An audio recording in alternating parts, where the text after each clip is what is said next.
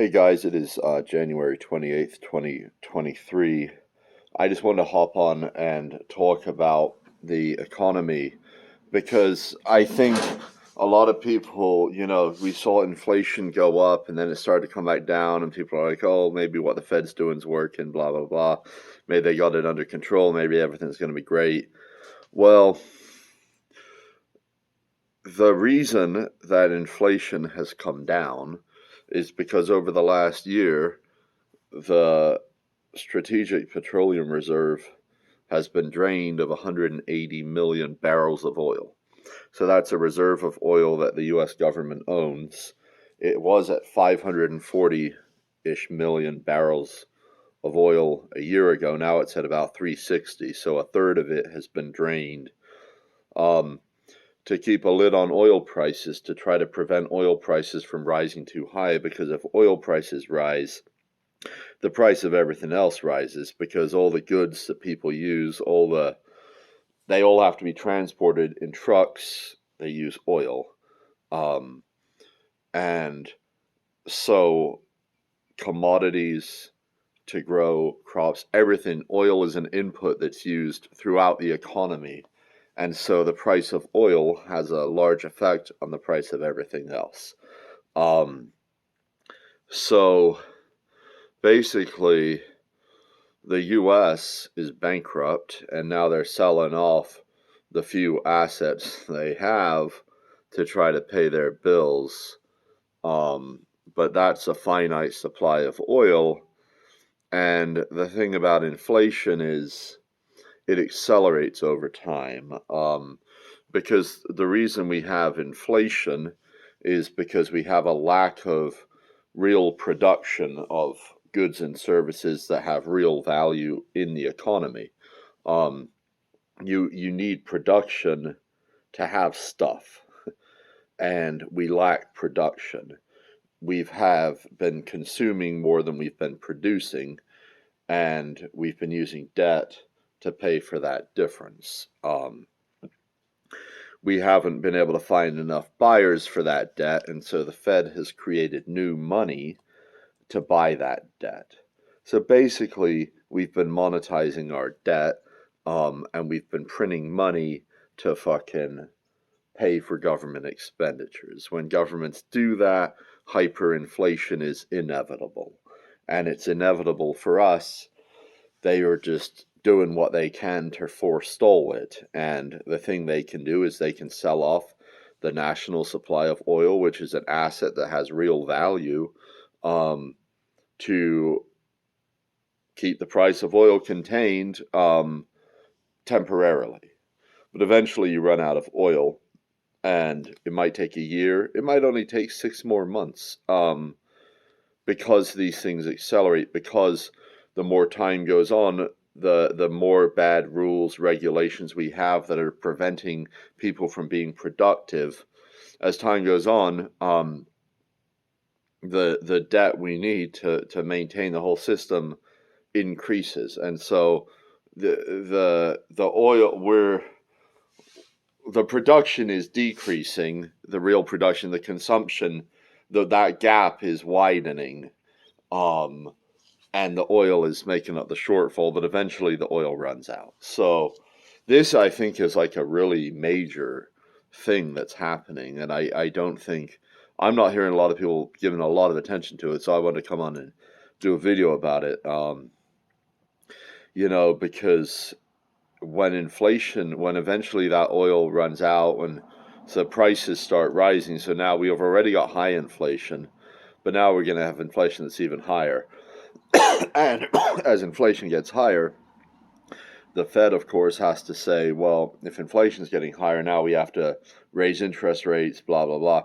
So we have to crash the economy. So that'll crash the bond market, and it'll crash the stock market, and all the assets that have been hyped up in value through all the Fed easy money policies, well, they're going to correct and return to their intrinsic value, whatever that may be. So, all the real estate that people have The real estate market's already on shaky ground, where it's kind of come to this standstill on the precipice, whereas like no one's really buying, no one's really selling, because there's this difference in what people can afford and what people are willing to sell for, and so we're already on shaky ground in the real estate market. So we could have a crisis before this oil gets drained. I mean, it's putting a lid on the inflation in the short run, but you know, inflation's still high.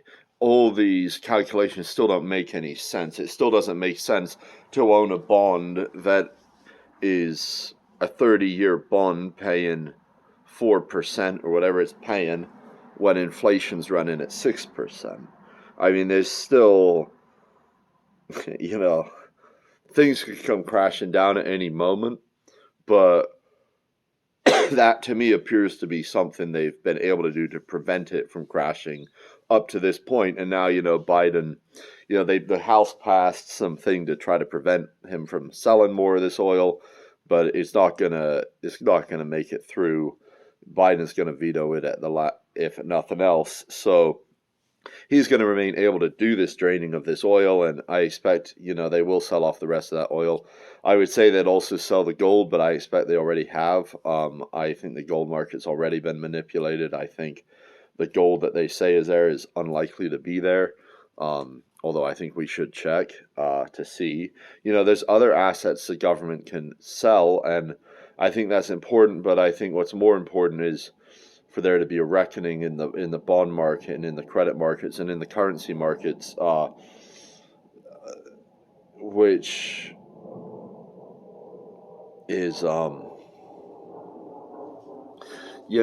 guess it's tough to convince them to say, well, the dollar is worthless now, even though it really is worthless now. It's like we almost have to wait for a casualty because they're never going to be convinced that the system is going to fail until it actually fails, even though this oil story should make sense to people. So what do we do? I think we should go ahead with the reset anyway. I think the dollar should be declared worthless because I think that's the trajectory it's on. And even if the markets aren't smart enough to have figured that out, I think that is the end game, and that is ultimately what we should jump to. Now, there might be more popular support for that move if you wait for the crisis. So I guess if you're in charge, what I would say is let the crisis happen, let the bond market collapse, have the Fed take the action necessary to make that happen, and let the reckoning happen, and then the people hopefully will be more agreeable to a full reset. So I've been working on my book, but it's a lot to do and there's more work to be done. I'm trying to get away for 5 nights after this weekend. I have the kids through Tuesday, through Wednesday morning, and then I'm off until the next Monday from the kids. So I think I'm going to try to get out of town and kind of spend some time in solitude, working on that. Uh, you know, I'm life's a struggle. It's a struggle to stay afloat, and I've been I put some marketing efforts into my book recently, but I don't know exactly how far that's going to go, and I never quite know if or when it's going to take off. I I'm just taking it a day at a time. I have a few options available to me for attempts to make money. We'll see if they're successful. But yeah, I mean, I wouldn't say. Yeah, so far things have been tough. It's been a challenge to stay afloat financially since I left my job, and eventually I think I'm either gonna have some success outside of the accounting world or I'm not, and I'll be forced back into it. And it's too soon to say which way that's going to go, but I will say that, like, so far it hasn't gone well enough that I'm feeling optimistic. Uh, I do feel like it's still too soon to conclude and to say I must go be an accountant again, but I think at some point I'm going to need some kind of break, and it hasn't quite happened yet. I think if 6 months from now I'm sitting then financially where I am now, and I'm just kind of hanging on by a thread, I think at that point I would concede. I would say, it makes more sense for me to go do that because there's more economic benefit to me doing that than anything else, and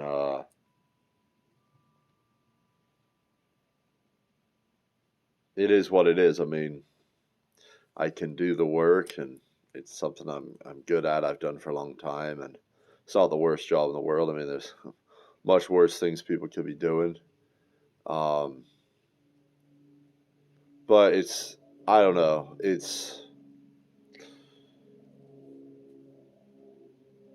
If I was writing the script, it's not where I would have it go. But I'm not writing the script, and I guess my faith has been challenged in a sense that, like, even maybe God even is good, but, like, maybe even though he's good, he just doesn't know how to solve this any better than anyone else. He doesn't see any solutions, or maybe he sees some greater good that can be accomplished by the temporary suffering that's happening at the current time. Or maybe he does have um, maybe he's not kind. And I don't know which of those is really the case, because I go through times where I just feel like I'm just being tortured, like I'm just being punished. And I can say there's things I've done in my life that haven't been kind things, and I can say that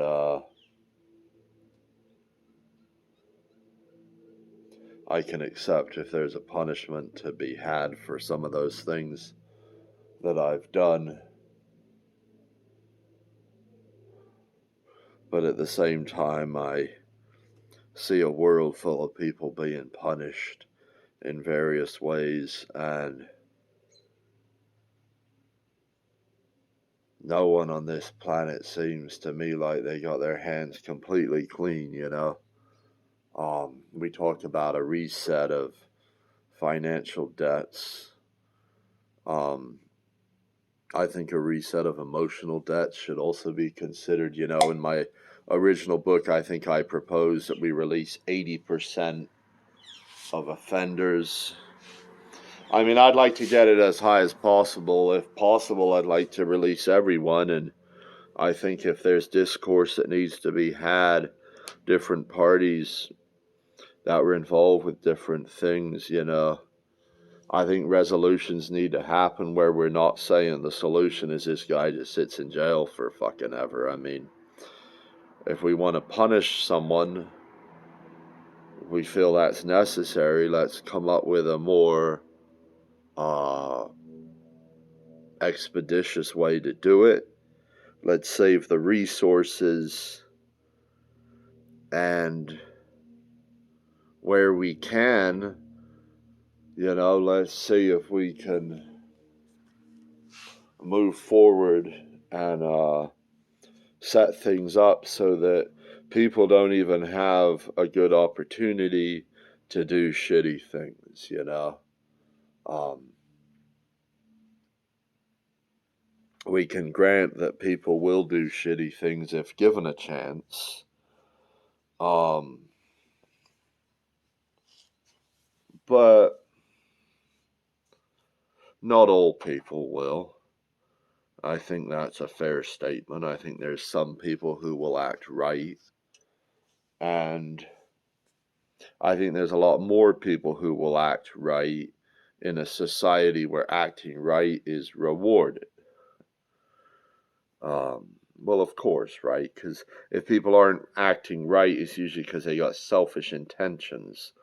Well, they can have selfish intentions without having to hurt anyone when we have free markets to provide them with the things that they need um, to get the things that they want without needing to hurt anyone. So I haven't checked in a while.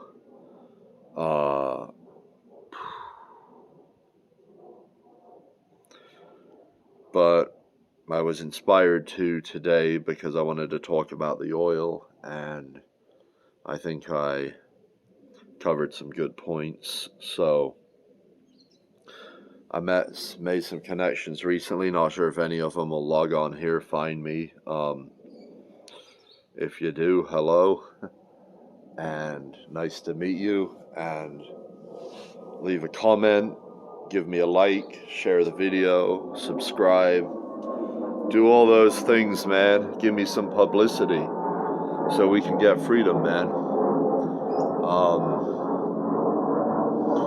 There's a negotiation that needs to happen between different parties, and maybe not everyone will get everything that they want, but I think if enough people get enough of what they want, maybe we can come up with some agreements that can keep the peace. This Russia deal, I heard someone talking the other day saying he thought maybe Russia was gonna do some escalation, and it's possible, man. So that's that. He was specifically suggesting that particular weapons be used against particular targets, sort of as a warning to the West, that we do have this destructive capability and that we will use it if you continue to do things that we don't like.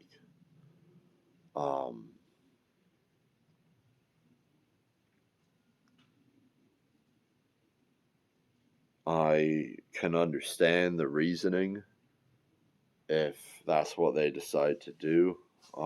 It's a bold thing to do, but sometimes a bully needs to be punched in the face, man. And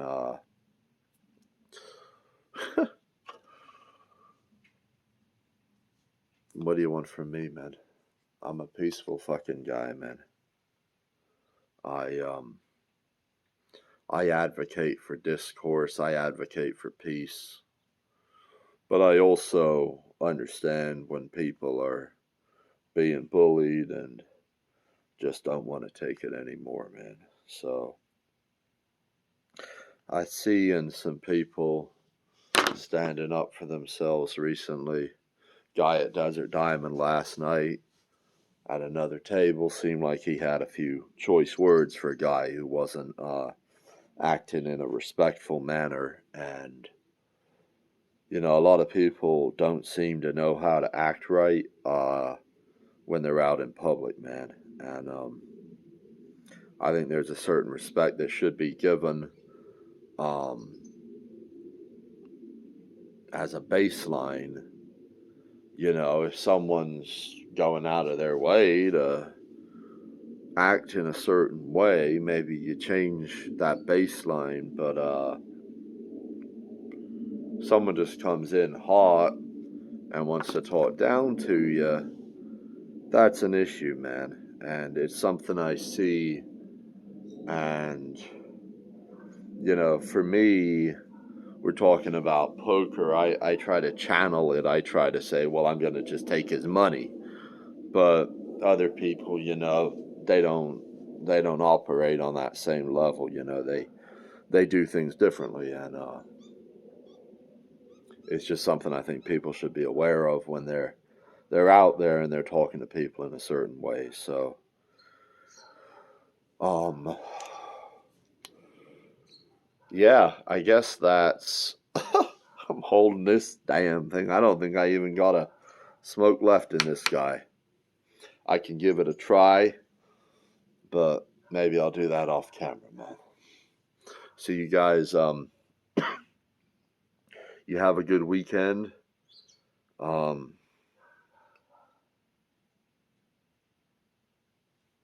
take care.